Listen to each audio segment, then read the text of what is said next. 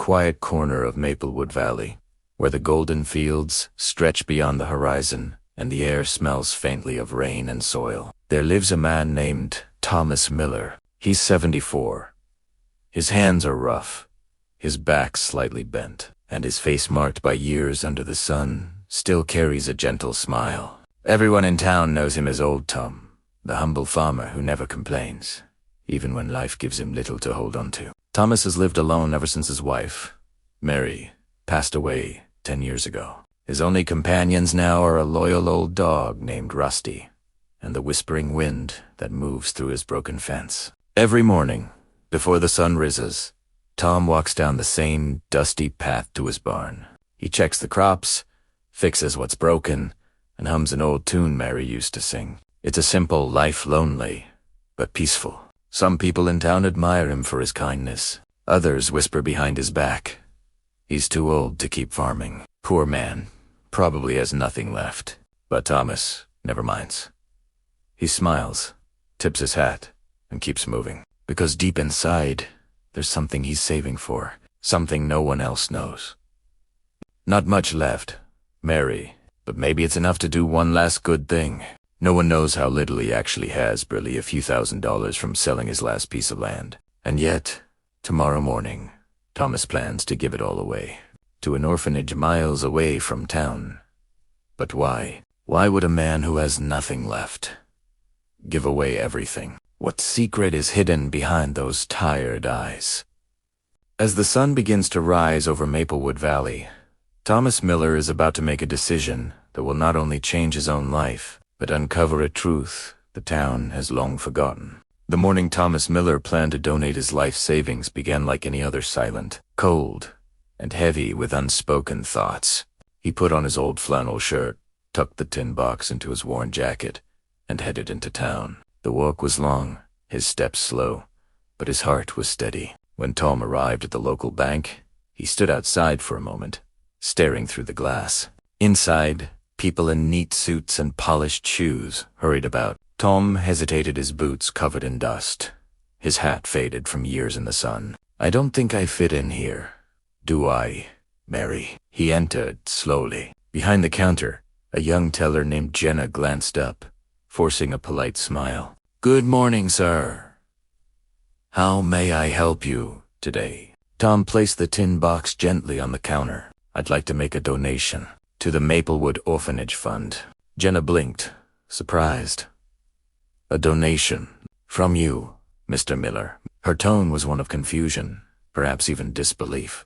He opened the box, his eyes widening at the bundle of worn bills inside. "Sir, this is quite a lot of money." "Are you sure?" Before Tom could answer, Mr. Collins, the bank manager, approached. A man in his 40s, dressed in a sharp suit, with a smile that never reached his eyes. "Mr. Miller, I'm afraid we can't just accept deposits like this without verifying the source. You understand, right?" "It's the rules." Tom frowned. "It's my money. I earned every penny working in this field. It's not much, but it's honest." Of course. But we also have to be careful. We've had incidents, but for old people being manipulated, confused about their finances, you're not being taken advantage of, are you?" The words cut deep. Other customers began to glance over, whispering. Tom's voice trembled slightly. "You think I don't know what I'm doing? I'm just saying, maybe you'd better let your son or someone younger handle these things." Tom lowered his head. "No son," he muttered. "Not anymore." Silence filled the room. Even Jenna looked away, uncomfortable. This wasn't the first time Thomas had been treated as if he were worthless, as if age had stolen his worth. But this time, the insult stung more. He picked up his tin box, nodded slowly, and turned toward the door. "Mr. Miller, wait. Maybe we can find another way." Tom gave him a sad smile. "It's okay, son. Some people only see wrinkles before they see a man." The town had changed.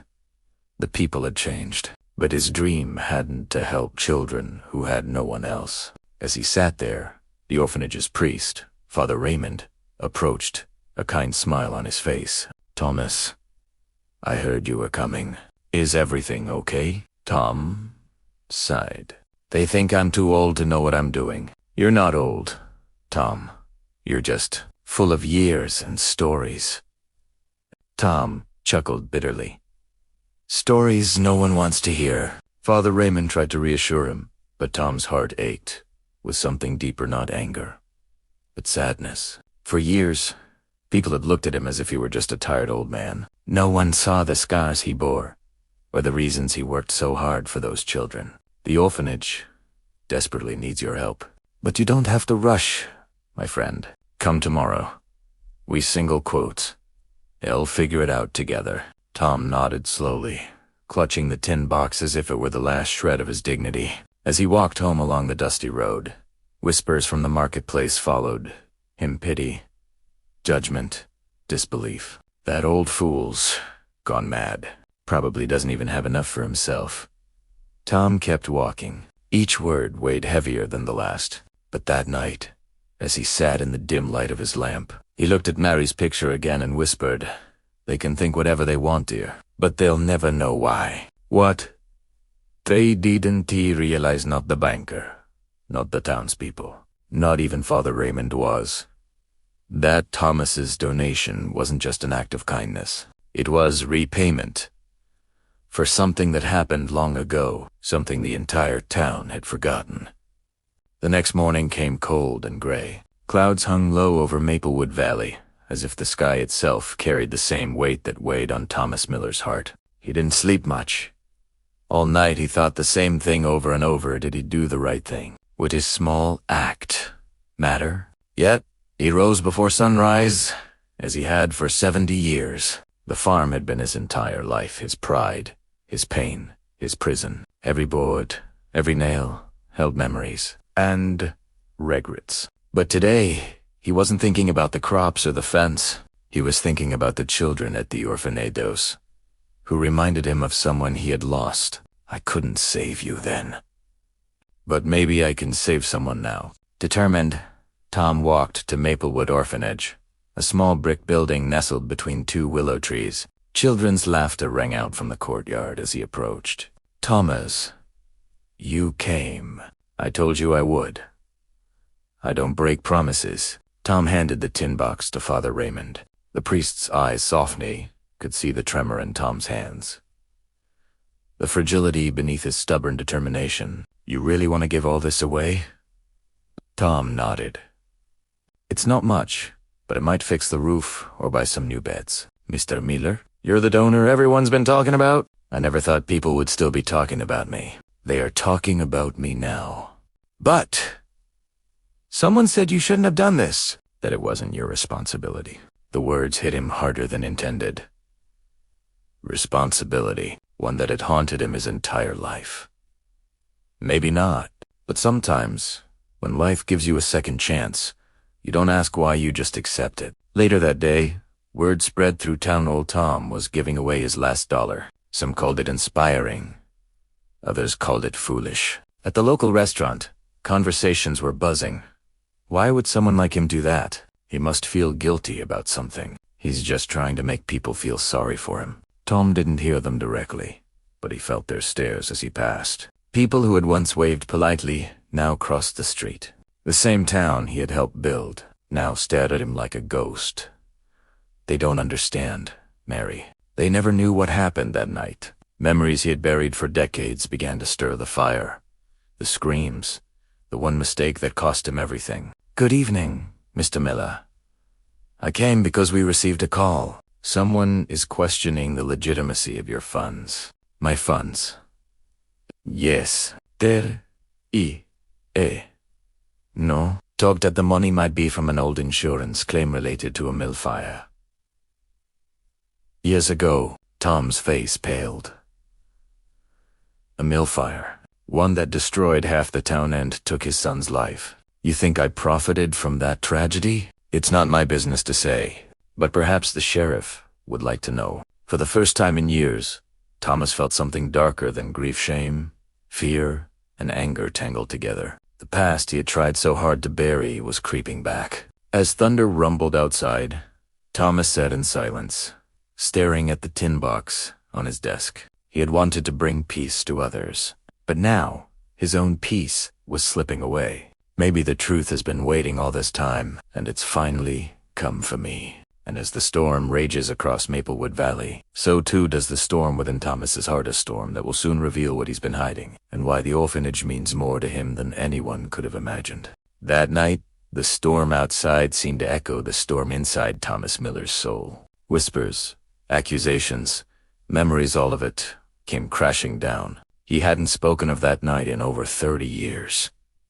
The factory fire. The tragedy that changed everything. The night his son never came home. "I'm sorry, Dad. I never meant for this to happen." Suddenly, there was a loud knock on the door. Thomas froze. He opened it to find Father Raymond and Lucy, both soaked from the rain. "Thomas, we need to talk. There's something you should see." Lucy held a folder. "We got a call from City Hall. They're reopening the fire records. Your name came up." "I knew it. Thomas, people are saying you caused the fire, that the insurance money you received came from my son's death. You think I took asterisk money?" Asterisk for his loss. The old man's eyes welled with tears, not from guilt but from something deeper. "You all want the truth. You'll get it." He pulled out a small, burned envelope. "That night, I was the shift supervisor. The security alarm was broken. Management said it was too expensive to fix. Primera, dem. You behead them. But they told me to keep quiet, or lose my job." Thomas's voice trembled as the memory unfolded. The sparks, the workers' screams, and the fire that consumed everything. He ran back inside to save one more person, his own son, Eddie, who had come after school to bring him dinner. He was too late. Eddie was gone, and the factory owners, desperate to avoid a scandal, made Thomas their scapegoat. They blamed him for negligence. They offered me a bribe. Compensation, they called it. I didn't take it for myself. I used it to rebuild the orphanage that burned down that same night. That's where those children lived. The children my son used to play with. Your son helped those children." Thomas nodded. "I love it them. He said he wanted to be a teacher someday. I thought if I couldn't save him, maybe I could save what he cared about." "Oh my God, Thomas. All these years, and you never told anyone. It won't change anything. People see what they want to see. The words of the poor mean little in this town. You didn't donate your savings out of guilt. You did it out of love. Love is all I have left to give." Suddenly, headlights shone through the window. It was Sheriff Daniels, Thomas Miller. "I hear there's talk of an old fire. We need to clear some things up." But this time, Thomas was undeterred. "Then let's clear things up. Sheriff, let the truth come out, all of it." He handed over the burned envelope. "These are the letters from the factory manager, proof that they knew the alarm was faulty. I've kept them all this time. I don't want revenge. Just peace. Peace." The sheriff opened the letters, his face hardening. "Thomas, this clears your name completely. You were never guilty." The words hung in the air. After decades of silence, the old farmer's name was cleared again. But his eyes still filled with tears. "It's not me who needs forgiveness. It's this town." And for the first time in 30 years, Thomas Miller could finally breathe a sigh of relief. He wasn't the guilty man they thought he was. He was a man who never stopped loving, even when the world forgot how. The next morning, the town of Maplewood awoke to a different whisper. Not pity, not doubt, but truth. Word spread quickly. The old farmer everyone called, crazy or senile, had been carrying a secret heavier than most could bear, and a heart purer than any gold. Thomas Miller didn't start the fire. He was the one who tried to stop it, and the one who saved others when no one else dared. The crowd fell silent.